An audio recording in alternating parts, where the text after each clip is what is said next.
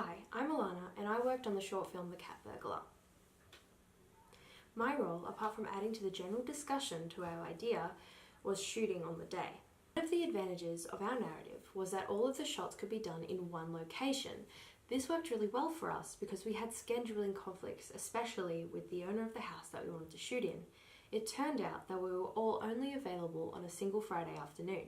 We planned to meet there early, even though most of the shots were supposed to be filmed at 9, just in case anything went wrong. And in fact it did. Ben's train broke down on the way there. We ended up not starting until the sun was already starting to set.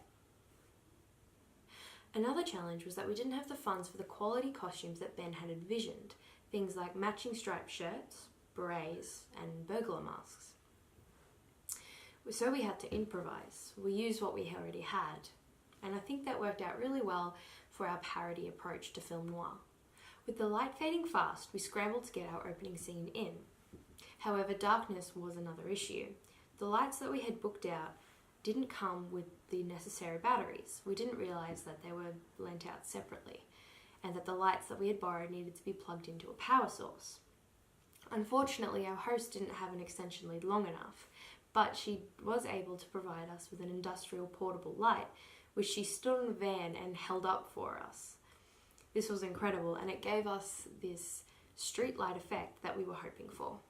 Despite this, it was still very dark, and we had to change the settings on the shutter speed and the iris, sacrificing quality. We had already planned to edit the film into black and white, and the grainy effect only added to that, making it seem more authentic and also kind of adding to that parody.